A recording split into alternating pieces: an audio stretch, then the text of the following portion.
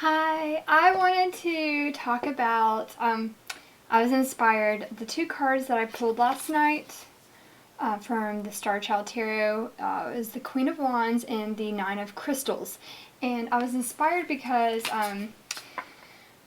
over the weekend I had a chance to talk to some old high school friends of mine, and I was talking to them, and the topic came up about, for one of them, just kind of saying what they, comparing themselves to others and kind of apologizing for what we do with our life, or what we love to do, whether that, I guess in this case it was career oriented, but basically for example, say if you are an artist of any kind or some sort of creator of something that super, it inspires you, it makes you feel amazing, you just feel great doing that, that is totally in alignment with everything that you are in the present moment. And then comparing yourself to people that are, say, doctors, or people that are doing really amazing things every day that help a lot of people, or just I was like, I don't know, how about what is the word? Well, it's I'm talking about this because the way she was talking about, I don't beat myself up anymore, but I did go through that part of that feeling of oh my gosh, what I want to do is not, it doesn't seem to, it's not really a game-changing thing for the world. It's not really helping millions of people. It's not like bringing clean water to Africa, or removing poverty or starvation from the world, or it's I don't have this massive invention that can save everybody, or just make the world a better place for everyone. And that, that, I was it's very dramatic about it, but that's that sort of thing, comparing yourself, me, if you're a healer, or I don't know, a yoga instructor, or in anything. I don't know, it doesn't even matter. It doesn't even matter if you just work a very normal traditional job of some kind. Beating yourself up for, even though you love to do whatever you're doing, beating yourself up for not being something else.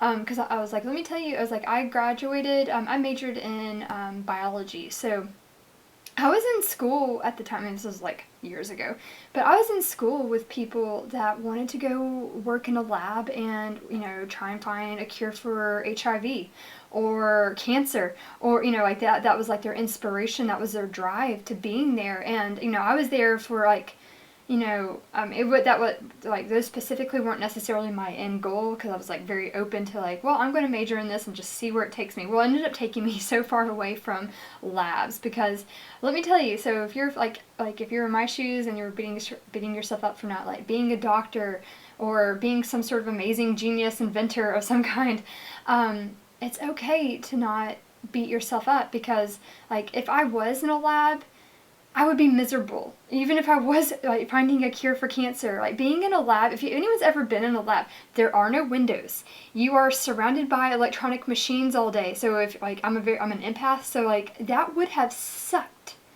the life out of me. Even though it would have been for the greater good. Even though it would have that part of it would make me feel good. I feel like I'm helping people, I'm making a difference. So there's the operative word. Making a difference. Apologizing because you don't feel like you're making enough of a difference.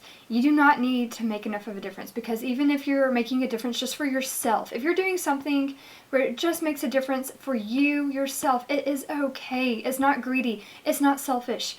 Because say in my case, if I did go work in a lab, even though it wasn't something, the only part that I would have liked about it was that the end goal would have potentially helped a lot of people. I would have been miserable. What, being a martyr for something like that, what joy is there in that, other than one aspect of it?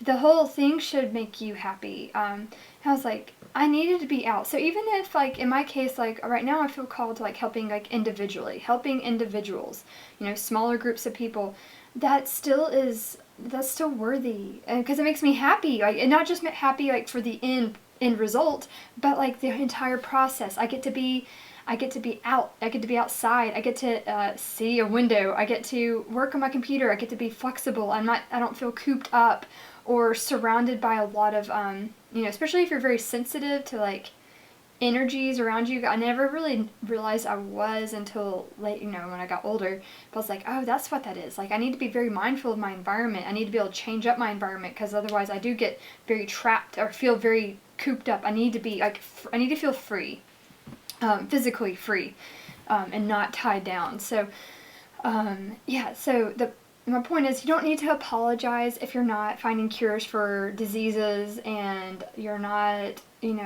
saving, other countries, or, I don't, even if you're not making a difference that's like something that's like, kind of like in our vernacular, like people talk about, it's okay. It's okay if you're just what you are and who you are and what makes you happy. Like, you don't need to apologize. I know this is not the message for everybody, but like, even in my case, I have an amazing brother who started a virtual reality company helping Alzheimer's and dementia patients, and with virtual reality. Like, he brought virtual reality to them. Like, he has a product and a service that helps them. And it's like, I could beat myself up for not being my brother, but then I wouldn't be me for that. So it's like, why do I need to apologize? Why do I feel like I need to apologize? Why do I feel like I'm not good enough? And it's like getting to that place where, it's all about self-love, right? It's all about forgiveness work and self-love.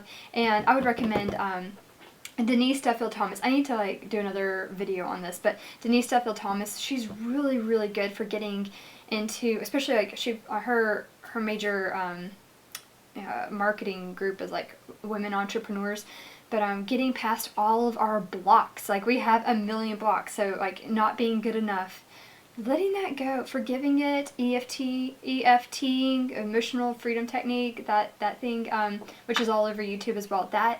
That is amazing for really getting over massive fears of like not being good enough, comparing yourself to others, wishing you were different.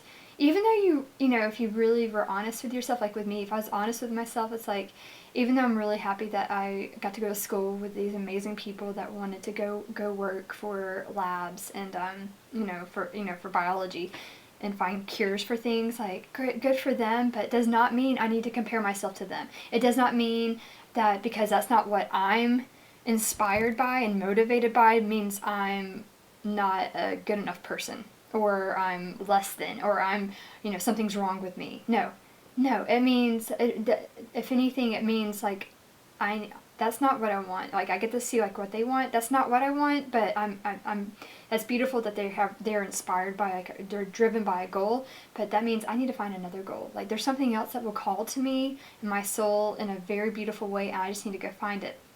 So, which is why I'm exploring like healing work and tarot and oracle, like cartomancy, and spiritual enlightenment in all its forms. And so, it's like, yeah, I could beat myself up, but like, even just like something as simple as doing tarot readings for others, how even if it just helps. Like, when it helps somebody, if it resonates with them, if it helps give them a new perspective on their life, if it helps, get them excited about who they are and what they bring to life, good, like, that's beautiful. Yeah, it's not saving a million people or making a million people's lives better, but it's making like my life good and that other person's. Like, bam, that's enough. Like, I finally realized, like, that is enough. That's enough. That's more than enough, right? So, anyway, I just wanted, so it's like, bring it back to the tarot cards. So the Nine of Crystals, I mean, that is it's individual accomplishment and being so satisfied with oneself. No comparison necessary to everyone else. Like, this person, like, even if there's people that are saving millions of lives and making the world a better place for everybody, it's no reflection on them, or like they're not any better or worse off, or not good enough, or they're not better enough than this person who's satisfied as they are, who they are. They know who they are, they know what they can do, and they're totally fine and comfortable how that comes to the physical realm, how that comes to fruition, and what they build and bring to this world, and how their gifts and their talents show up, and what truly sets their soul on fire. There's no apologies here. This is a guilt-free zone for being exactly who you are and what feeds your soul, however that comes about. Because the world needs diversity and variety of all kinds, and that means like how our gifts show up. We all have gifts, and the diversity of those gifts. It's not like we're all good at one thing. Everyone's good at something. You know, it's the individual. It's very individual, and you're unique. You're unique. So explore that. Explore it. And the Queen of Wands also is like, I love it. She's the unapologetic individual as well, right? She does not apologize for her enthusiasm, for what she loves to do, what brings her to life, what's important to her and what's not important to her. I mean, look, I love that she's got a black wolf. I just like, and she's gorgeous. Look how beautiful she is. She's just doing her thing, just absolutely doing her thing, and comfortable with that.